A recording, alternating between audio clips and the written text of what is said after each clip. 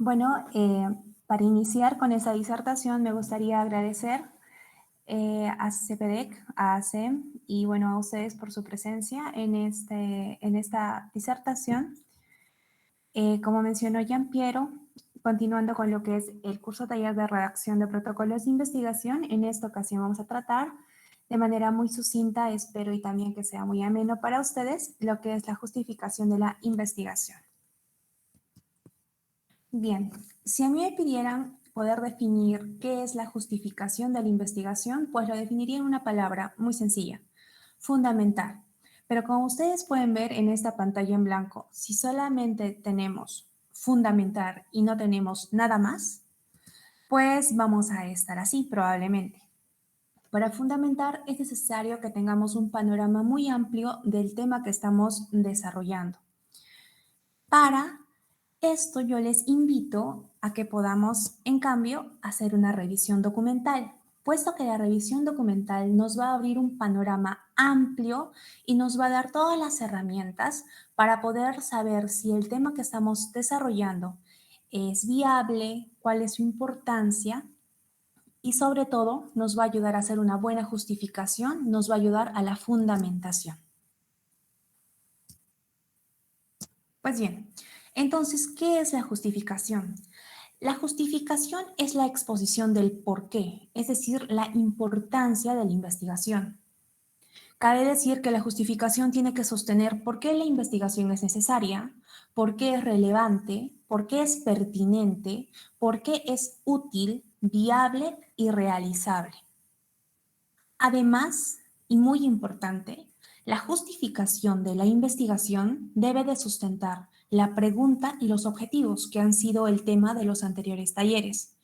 Además, debe de sustentar el porqué del enfoque de la investigación que estamos teniendo, ya sea un enfoque cualitativo y cuantitativo. Además de ello, también tiene que sustentar la metodología que estamos utilizando y muy importante y también tema central de esta exposición, lo que es la ética. Tiene que dar los sustentos suficientes que demuestren que la investigación que vamos a realizar está dentro de todos los parámetros éticos que exigen los comités de ética en investigación. Pues bien, hasta este punto debe quedar claro que la justificación forma parte de lo que es un acápite mucho más grande, que es el planteamiento del problema. Y el planteamiento del problema pues va a tener en la mayoría de casos, porque varía de acuerdo a digamos, a las sedes docentes o a los comités a donde nosotros estemos enviando nuestro protocolo, va a variar, pero en la mayoría yo he visto personalmente que se puede fundamentar en los cuatro siguientes. El planteamiento del problema va a incluir lo que es la descripción de la realidad problemática, la formulación del problema propiamente, ya sea las preguntas específicas, la formulación de los objetivos, que ha sido el tema de la ponencia anterior, y lo que es la justificación. Y la justificación va a buscar validar justamente todo esto que hemos realizado, va a buscar validar. Entonces, lo que quiero que se lleven de esta diapositiva es que la justificación forma parte del planteamiento del problema. Y como tal, para hacer un buen planteamiento del problema, sabemos que tenemos que hacer una revisión documental y para la justificación nuevamente es necesario esta revisión documental. Pero ¿para qué tenemos que hacer esta revisión documental? Y aquí también voy a hacer bastante hincapié. Es porque nosotros al estar en pregrado tenemos una curva de conocimiento que va a ir incrementando a medida que nosotros vayamos, digamos, transcurriendo los años académicos. Cuando estamos en los primeros años, muchas veces tenemos información que nos parece o todo muy novedoso o muy pocas cosas nos parecen novedosas. Y hay una brecha de conocimiento. Entonces, lo que podemos hacer frente a esta brecha de conocimiento para poder incrementar nuestra curva de conocimiento es consultar a expertos. Y por todo lo que he mencionado, el planteamiento del problema y dentro de ellos la justificación es dificultoso. Cuando digamos que nos encontramos recién iniciando, ¿no? En la carrera, por ejemplo.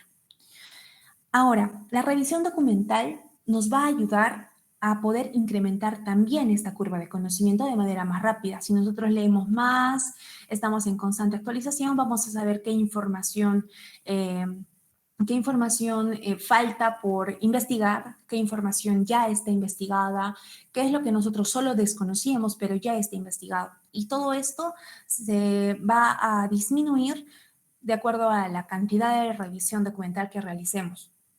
Por otro lado, cuando hagamos una revisión documental, también vamos a hacer lo que es vamos a dilucidar mejor lo que es la finalidad de la investigación. ¿Para qué queremos investigar? ¿Para hacer una tesis, para hacer un proyecto en salud pública o como es la gran masa de los trabajos de investigación actualmente?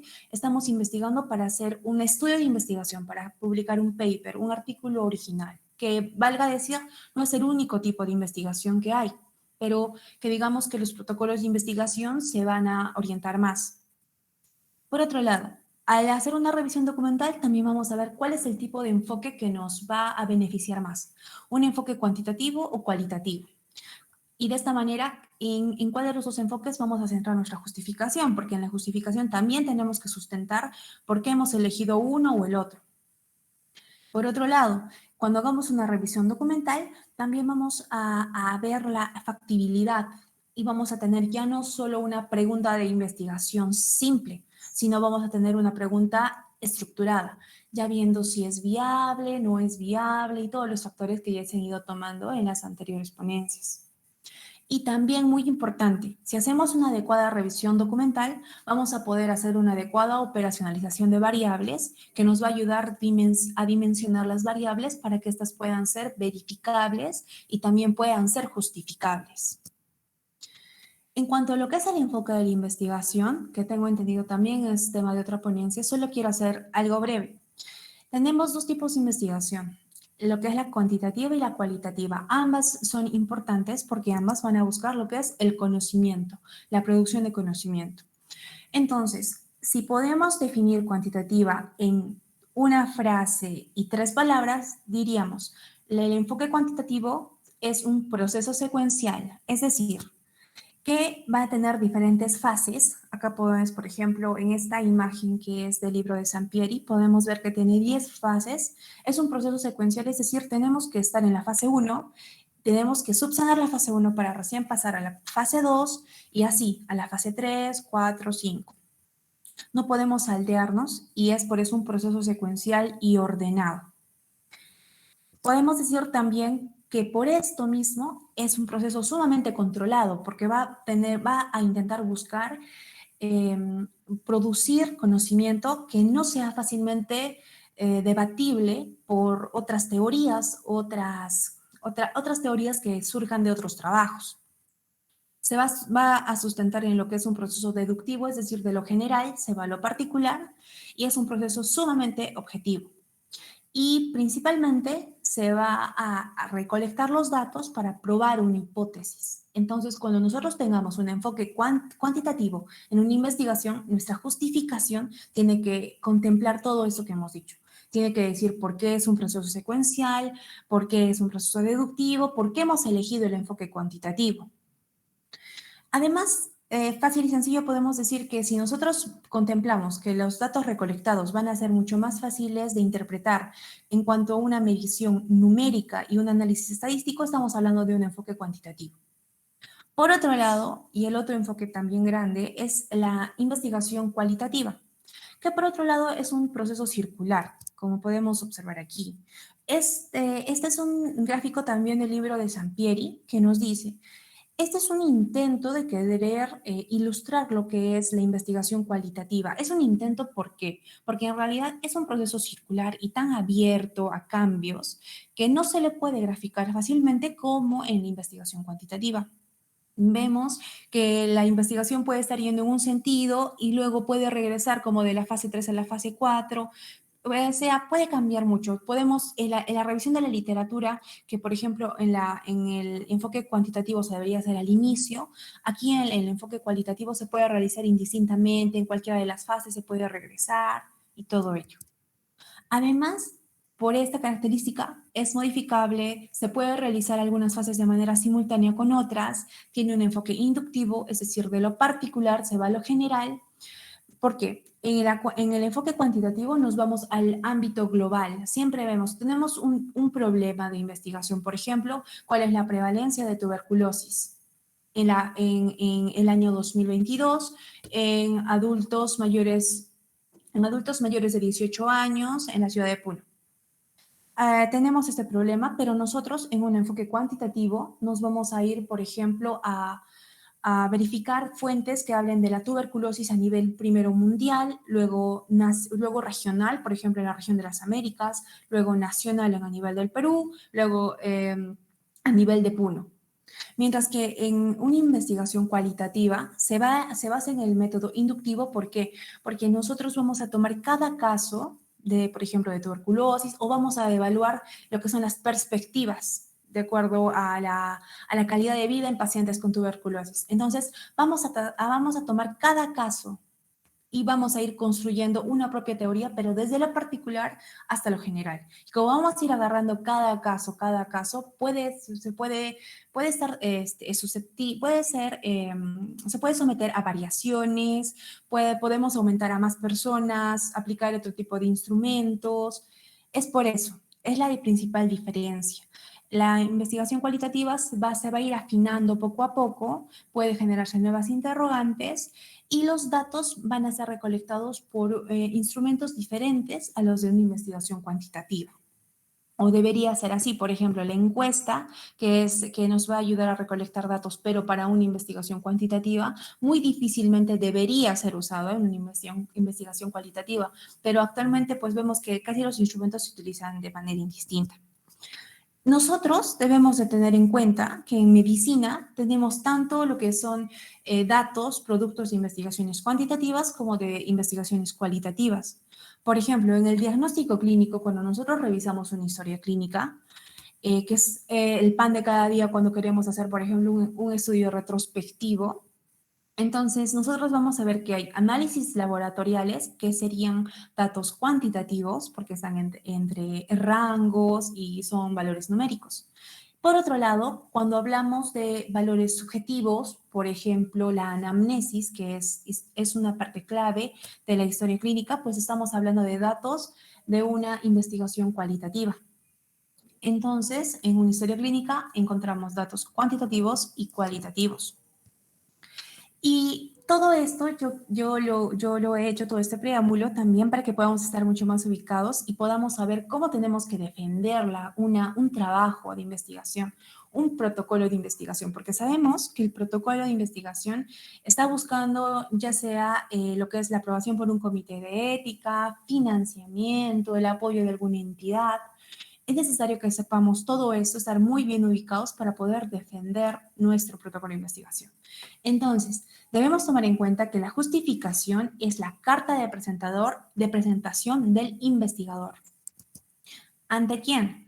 Ante el Comité de Ética en Investigación. Y quizás este término sea nuevo para algunos no tanto, pero en realidad el gran filtro que tiene que pasar muchos protocolos de investigación, por los que muchos solamente quedan en protocolo, no llegan a concretarse porque no tienen esta autorización, es el Comité de Ética en Investigación. Y es un término con el que tenemos que ya estar familiarizándonos, porque nosotros podemos tener muy buenas ideas, geniales, en lo que son ideas y las plasmamos en nuestros protocolos, pero si estas no son aprobadas por un comité de ética e investigación, no tienen lo que es esto de la ética en investigación que es tan mentado actualmente, pues no van a poder realizarse y no vamos a poder tener resultados ni tampoco hacer la difusión, por ejemplo, en revistas.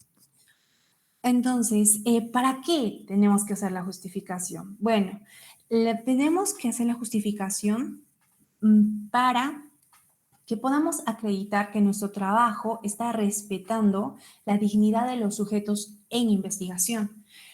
Esto de hacer la justificación, además de ser un sustento metodológico, tenemos que tener en cuenta que se va a sustentar en que tenemos dos documentos importantes, lo que es la Declaración de Helsinki y las normas de las buenas prácticas clínicas, que son documentos importantes que van a estar regulando y van a estar conduciendo también la actitud de los comités de ética e investigación.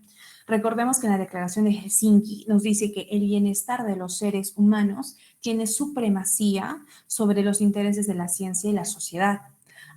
De esta manera se regula que ideas geniales puedan causar perjuicio a los seres humanos. Y en nombre de la ciencia, sabemos, de algo tan noble como es la ciencia, se han cometido aberraciones muchas veces. Y es por eso que tenemos estos dos documentos con los que también tenemos que estar muy familiarizados.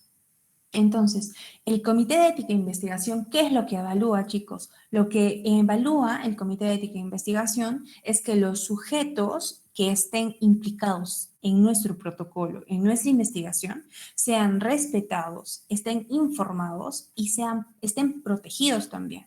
Y algo muy importante, la participación voluntaria. Eso es lo que ve, por lo que vela. Los participantes deben de acceder a participar de una manera totalmente voluntaria y eso lo digo, también lo digo como un consejo, que quizás para que no puedan tener problemas con lo que es el comité de ética. Alguna vez recibí el consejo también de que no se llegue a lo que es, digamos que el intercambio de la participación por algún otro beneficio. Muchas veces esto puede ser objetable por un comité de ética. Cuando damos digamos, un trabajo retrospectivo, el comité de ética lo que va a calificar es que los participantes tengan anonimidad y haya confidencialidad de los datos manejados.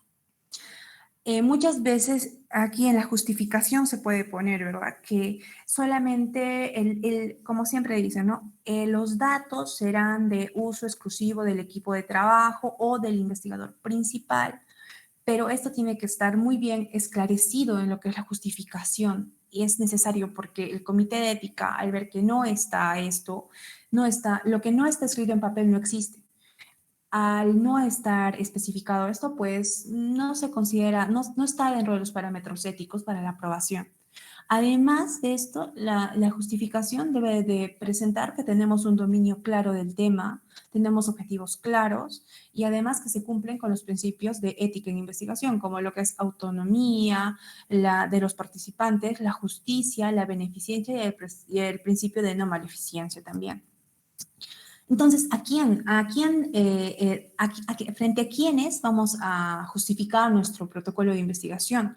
Pues puede ser, por ejemplo, un comité docente en el caso de que sea una tesis, al director de un hospital cuando estemos presentando un protocolo de investigación que esté solicitando, por ejemplo, datos de pacientes que sean atendidos en el hospital. Puede ser también un patrocinador que puede estar interesado en que nosotros realicemos una investigación y nosotros tenemos que pues marketear también nuestro protocolo de investigación. También frente a un asesor de tesis y bueno, como ya les había mencionado, frente al comité de ética e investigación. Pero el poder justificar nuestro protocolo de investigación pues no es tan sencillo como lo que se presenta en la lámina presente, ¿no? Es decir, no es tan sencillo como simplemente decir, pues, o sea, simplemente tener un argumento así muy frágil como el que podemos ver, aunque podría generar chiste. En realidad, para nosotros poder hacer una justificación que pueda ser consistente y podamos estar seguros de que vamos a tener la aprobación, ya sea de las entidades a las que podamos presentar el protocolo, pues tenemos los criterios adaptados de ACOG y Miller-Salkind que nos proponen los siguientes 5 parámetros y estos además pueden servir para que nosotros previamente podamos hacer una evaluación de lo que es si esta idea podría ser viable, si es justificable, si es útil, antes incluso de poder ya hacer la redacción del protocolo o de seguir con el protocolo. Entonces, primero, la conveniencia. La idea que tenemos es conveniente. ¿Para qué sirve la idea que tenemos?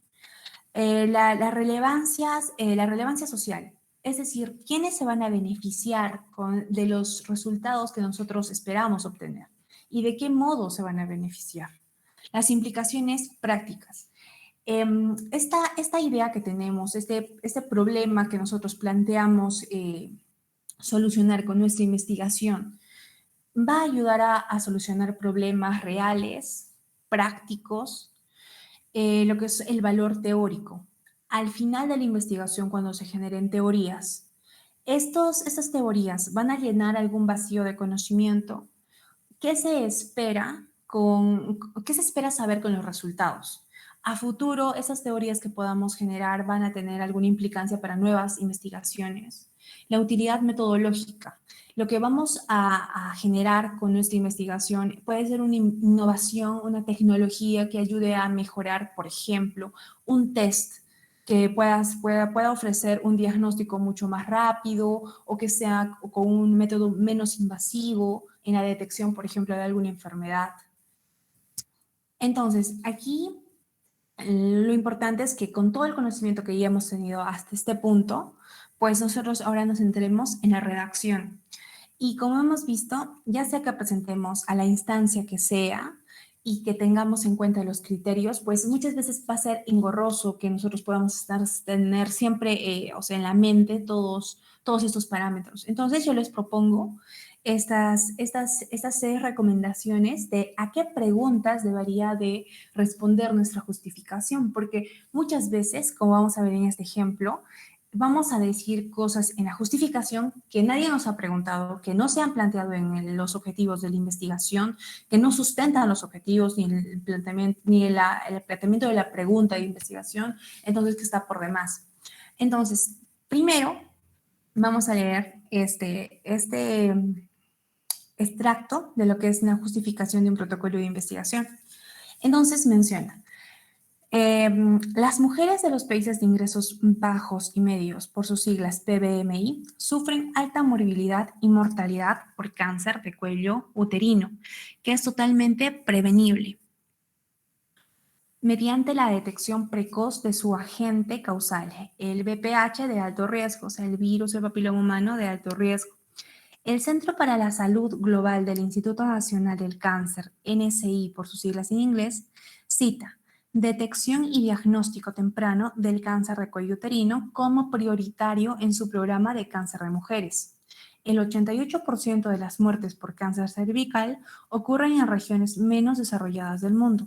Proponemos continuar nuestras pruebas de campo previas usando un ensayo rápido, preciso, barato y portátil, basado en reacción en cadena de polimerasa, por sus siglas PCR, que detecta los 14 tipos de virus de papiloma humano de alto riesgo que causan cáncer cervical.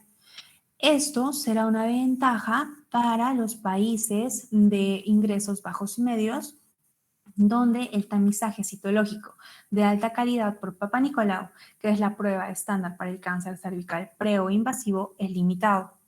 Encontramos en nuestro estudio denominado IDBPHAR que las empleadas de Maquila estaban indispuestas a participar en exámenes de salud. Existen 3.000 mujeres de edad elegible que trabajan en esa planta y rápidamente logramos inscribir 400 participantes con un mínimo de publicidad. En un grupo focal, después de la evaluación, las mujeres nos dijeron que la conveniencia de la detección de cáncer en el trabajo era el atributo más positivo, incluso más importante que la gratuidad de la prueba. Entonces, esta justificación aparentemente podría estar pues completa, ¿no? Nos da, lo que entendemos es que aquí hay una problemática que es el cáncer de cuello uterino, que se pretende la introducción de una tecnología basada en lo que es la reacción en cadena de polimerasa, que anteriormente ya se ha realizado un trabajo por el mismo equipo de investigación. Además, que hay una población en la cual se puede aplicar la investigación para la introducción de esta nueva tecnología y pues básicamente eso. Entonces, si nosotros decimos, responde a la primera pregunta que es, ¿qué se va a hacer y cómo se va a hacer? Pues sí, porque lo que pretende hacer es lo que es la introducción a la tecnología que sea rápida, precisa, barata y portátil, que esté basada en la reacción en la cadena polimerasa PCR, que detecte los 14 tipos de BPH de alto riesgo que causan cáncer cervical. Entonces, sí responde esta pregunta. Luego, ¿a quiénes beneficia? En este sentido, aquí en este párrafo, en esos dos párrafos, pues no podemos encontrar con claridad a quiénes beneficia. Puesto que debería de decirse con claridad, pues se va a aplicar en tales personas, con claridad. Nosotros podemos tal vez deducir que se podría aplicar en estas personas que son empleadas de maquila, como menciona, pero no se menciona de manera clara. Entonces, ahí está la incógnita de a quiénes o cuántas se beneficiarían con esta investigación. Por otro lado, si hablamos de lo que es la relevancia, pues sí, nos da en la primera parte un preámbulo de todo lo que es la problemática del cáncer de cuello uterino y de la problemática propiamente de los países de ingresos bajos y medios y de que está considerada la detección y el diagnóstico temprano como una prioridad. Nos da la relevancia. Nos preguntamos, ¿es viable esta investigación? Pues también nos menciona que anteriormente ya se ha desarrollado un trabajo previo y que se tenía contacto con las empleadas de una empresa, Maquila, que estaban dispuestas a participar en los exámenes de salud. Nos dice que hay 3.000 mujeres que en ese trabajo, en la anterior experiencia, trabajaban en esa planta y que actualmente 400 se han logrado inscribir. Luego nos menciona, pero ¿cuáles son los beneficios? Pues nos menciona de manera muy dispersa, se puede decir, cuáles podrían ser los beneficios. Nosotros los podemos, una vez más, deducir tal vez, de que pues en los países de ingresos bajos y medios, al haber una limitada cantidad o un alcance limitado de lo que son las pruebas por PCR para la detección de BPH de alto riesgo, pues esta nueva tecnología podría ser más útil, podría mejorar el alcance, mejorar la problemática, pero no lo menciona de manera directa, por lo que no podemos encontrarlo en los párrafos. Y por otro lado, nos habla en la última parte, nos dice, en un grupo focal después de la evaluación, las mujeres nos dijeron que la conveniencia de la detección del cáncer en el trabajo era el atributo más positivo, incluso más importante que la gratuidad de la prueba. Pero nosotros tendríamos que analizar, la gratuidad de la prueba es algo que se ha sustentado o se ha pretendido en lo que es los objetivos de la investigación, es parte de lo que es el planteamiento de la pregunta propiamente. Si es así, pues genial, pero hasta donde nos ha estado orientando en la justificación, pues la gratuidad de la prueba es un argumento que estaría fuera de lugar.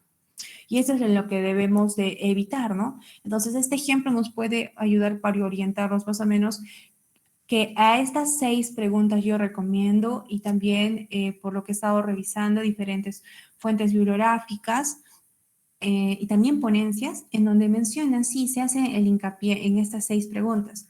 El qué vamos a hacer, el cómo vamos a hacerlo, a quiénes vamos a beneficiar, cuántos se van a beneficiar, cuál es la relevancia del estudio que pretendemos realizar, es viable el estudio, es viable y ahorita vamos a tocar qué significa que la viabilidad y cuáles son los beneficios que esperamos obtener para la población.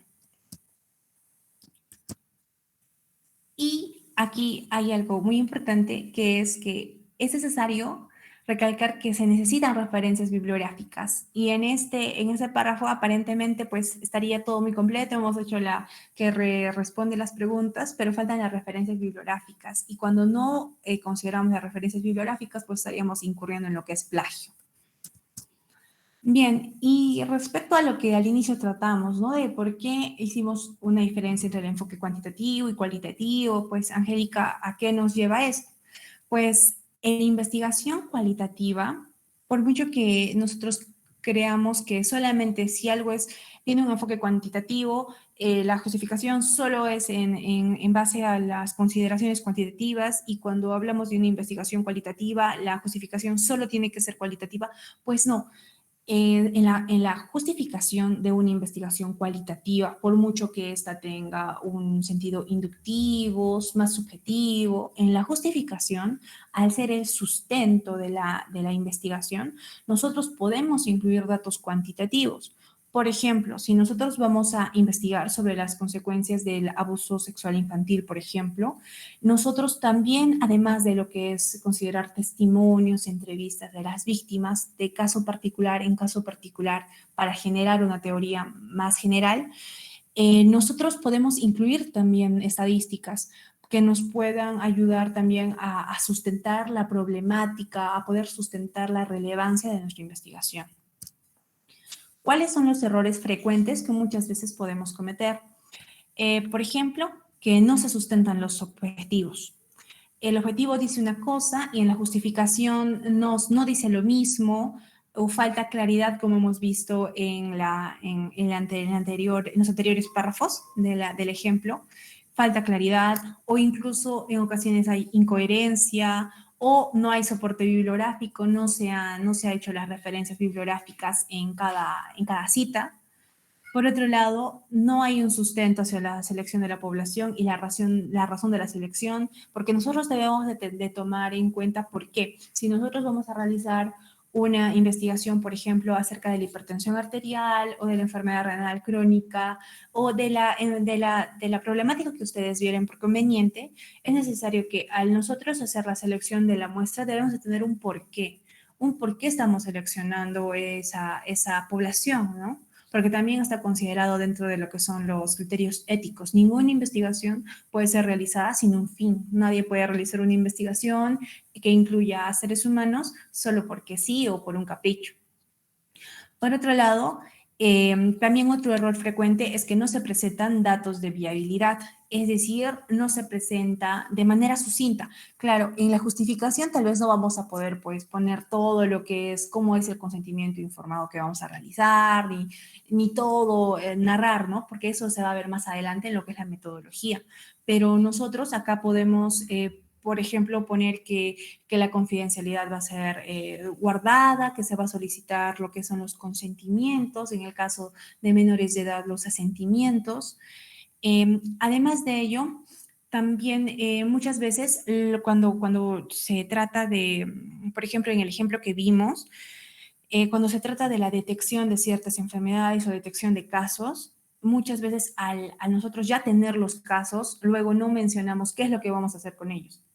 Es como que detectamos los casos, pero tampoco es ético que solamente detectemos un caso y no tenemos ninguna acción frente a ello. Entonces, también se debería de contemplar las acciones concretas que vamos a hacer. Y eso también sería una observación al párrafo que pudimos analizar hace un momento. También que los instrumentos no corresponden con los problemas con el problema y los objetivos. Muchas veces no se utilizan los instrumentos adecuados y para esto nosotros muchas veces es dificultuoso en la construcción de escalas, pero sí podemos construir escalas y someterlas a una validación por comité de expertos que seguramente más adelante también se va a ver, pero lo que nosotros podemos hacer cuando queremos medir una problemática en una población y no hay una escala, no hay un cuestionario que se ajuste a lo que nosotros estamos esperando evaluar.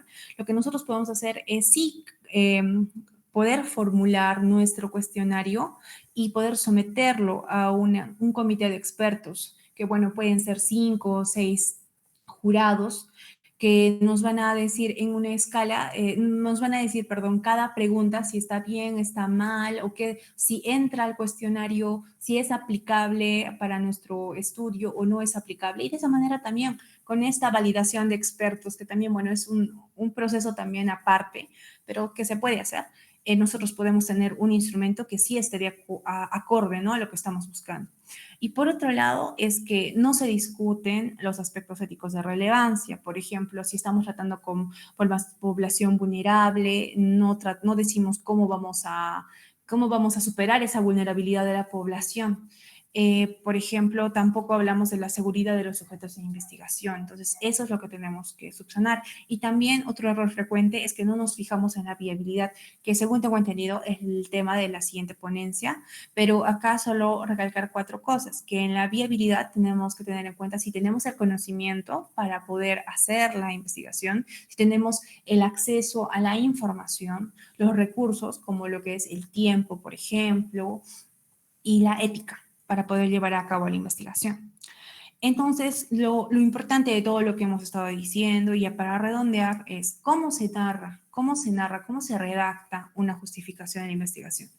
Como hemos visto, de aquí a aquí podemos ver, pues sí, se narra de manera en prosa, como podemos observar. Se pueden utilizar 2, 3 o más párrafos como va a estar ya estipulado a las instituciones a las cuales ustedes puedan presentarnos su protocolo de investigación.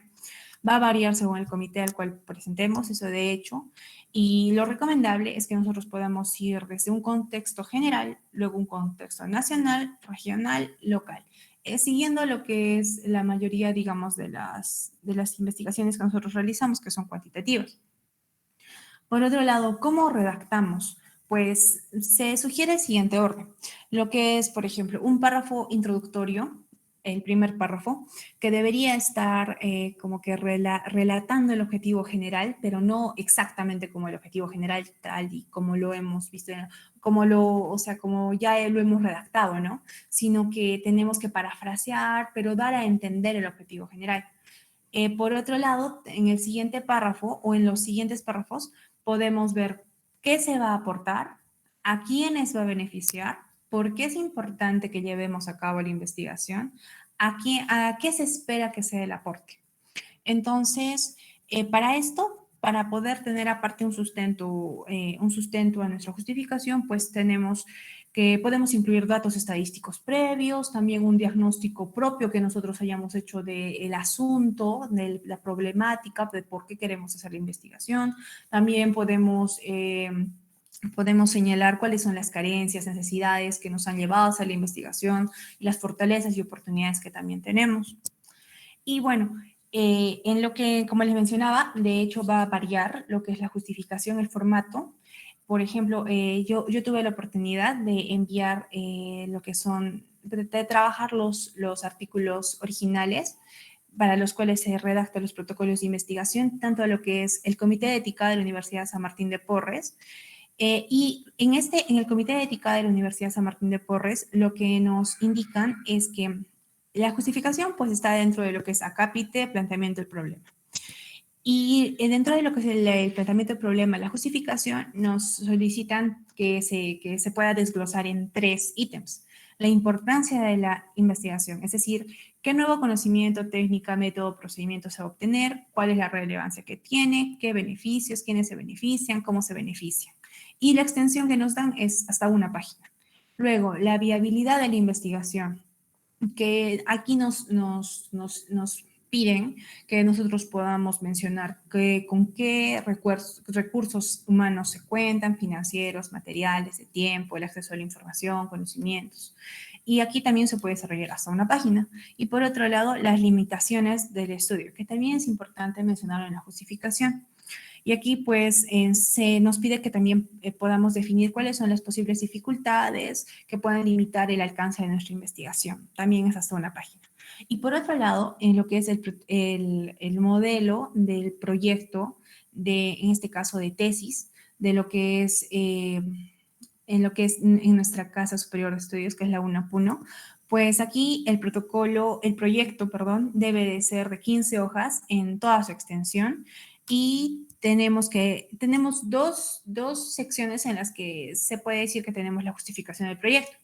La justificación del proyecto propiamente está en el ítem 4 y nos pide que podamos describir el problema y la relevancia como objeto de investigación. Además, debemos de tener una definición clara y una delimitación también clara del problema que se va a abordar. Y por otro lado, también, bueno, yo considero que se menciona en lo que es el ítem 11 y 12, puesto que aquí nos solicita cuál sería el uso de los resultados y contribuciones del proyecto. además de los impactos esperados. Entonces, como vemos, de acuerdo a la institución a la cual nosotros podamos presentar nuestro protocolo de investigación, nuestro proyecto de tesis, que también es un protocolo de investigación, pues nosotros vamos a ir variando, ¿no? La justificación, digamos que la redacción de la justificación. Pero en líneas generales, pues contempla lo que les he mencionado, ¿no? Lo que a mí me gustaría es que quede muy en claro esto, que cuando hagamos la redacción, nosotros tenemos que recordar, tener en cuenta de tratar siempre de poder responder estas preguntas. ¿Qué vamos a hacer? ¿Cómo vamos a hacer? ¿A quiénes va a beneficiar? ¿A cuántas personas, si es posible poner, va a beneficiar? ¿Cuál es la relevancia de nuestro trabajo de investigación? Si es viable o no, cuál es la viabilidad que tenemos y cuáles son los beneficios que va a aportar a la población. Y pues bien, me parece que eso sería todo. Muchísimas gracias por su atención, chicos. No sé si habría alguna pregunta. Muchas gracias a ti, Angélica. Sí, chicos, ¿alguien tiene alguna duda?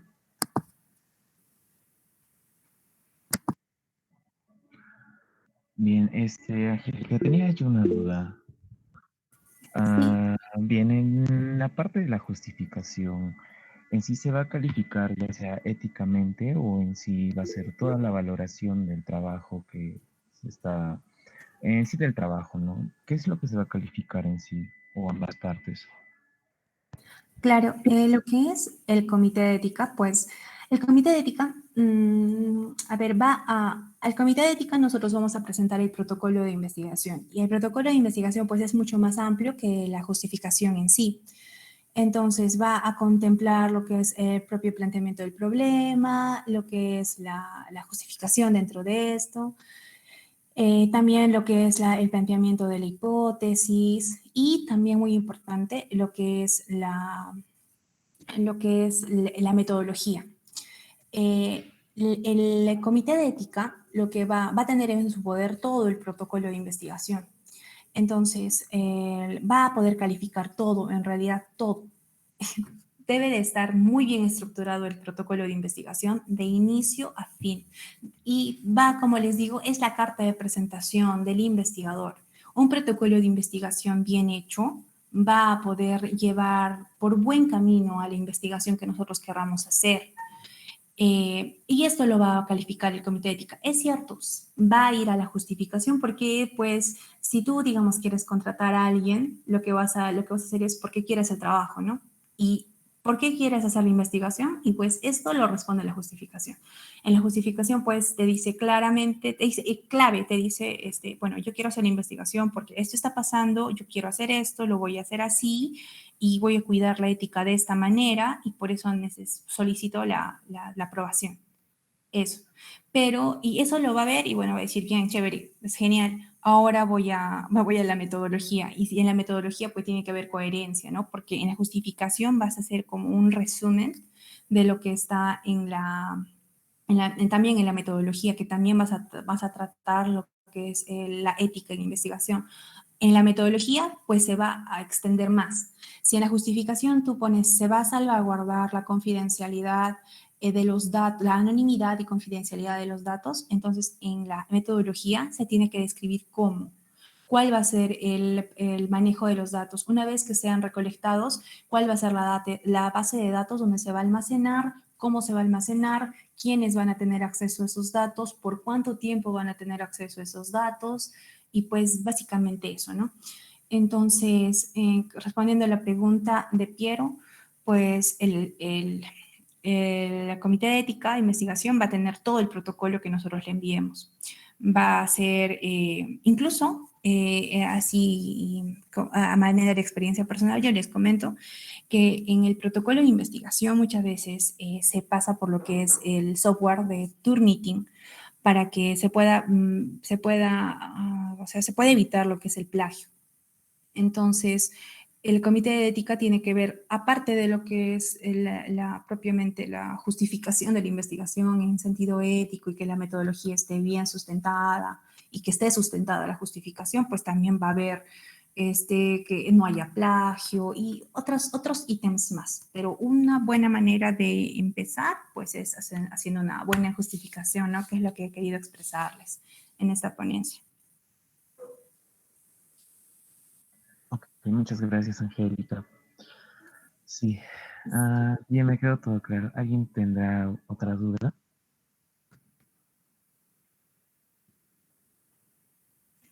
Sí, tal vez mientras van pensándolo, sí, agradecer nuevamente a Angélica por tu maravillosa ponencia, igualmente a Mariela y por el día de hoy.